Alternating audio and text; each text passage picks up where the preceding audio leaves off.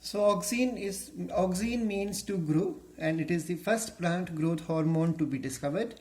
Slightly acidic in nature, though it is an organic acid in nature, and it is produced in those areas where there is growth going on. So when we say growth is going on, that means root apex and shoot apex, or even the side branches apex. So all apices are the area where auxin is synthesized in a great concentration.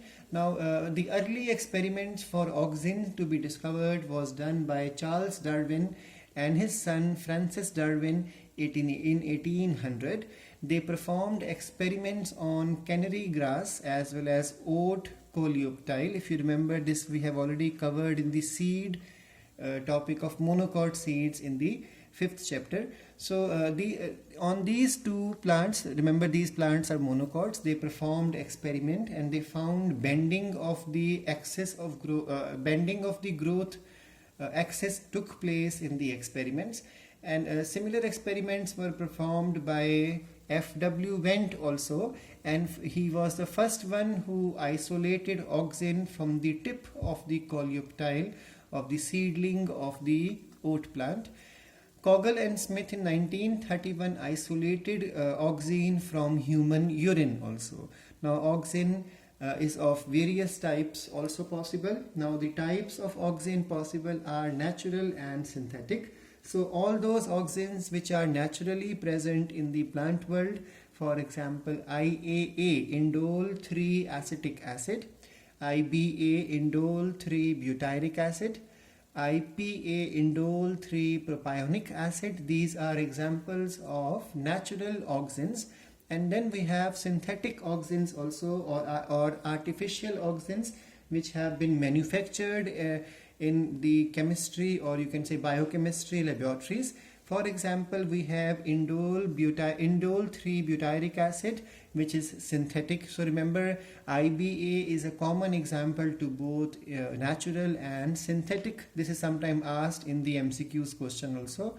Then we have 2,4-D, that is 2,4-D stands for 2,4-dichlorophenoliacetic acid. We even have 2,4,5-T, which is 2,4,5-trichlorophenoliacetic acid. We'll be learning about their functions in the class. And then we have NAA, that is also called as naphthalene acetic acid.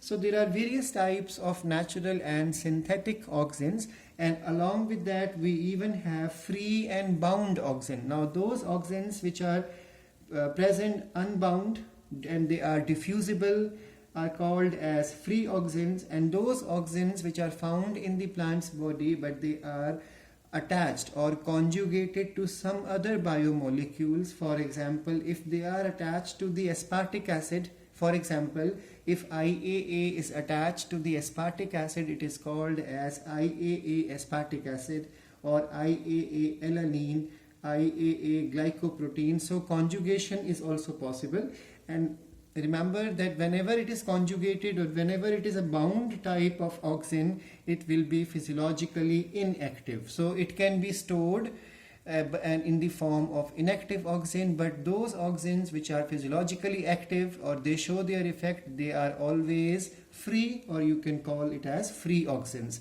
I hope it is getting clear that those auxins which are functional are called as free auxin, those which are stored are called as bound type of auxin. Now auxin has many functions also.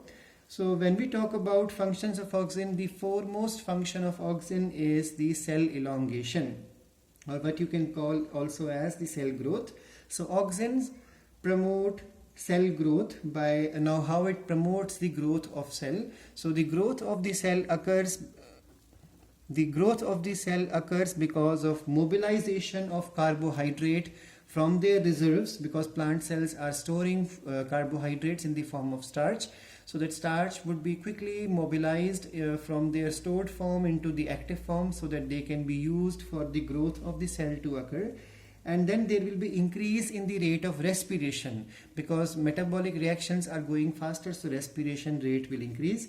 and the auxin also promotes cell permeability, so that more and more compound can come inside, so that there could be a faster growth of the cell overall. And this also causes the loosening of the cell wall microfibrils. We all have learned in the cell chapter that when a cell is growing, the plasma membrane is also growing, so the primary cell wall is quite loose and flexible. This is the reason behind it, because a cell has to grow overall bigger in size. So if the cell is growing bigger in size, cell wall also has to become bigger in size. That is only possible if the fibers of cellulose and hemicellulose present in the cell wall, they have to be made loose. So loosening of these existing cell wall microfibrils occurs because of the auxin. And then synthesis and incorporation of more material of cell wall, that means growth. If you remember, cell wall growth will include layers also, so new layers have to be synthesized. All these things come under growth, and this is under the influence of auxin hormone. Then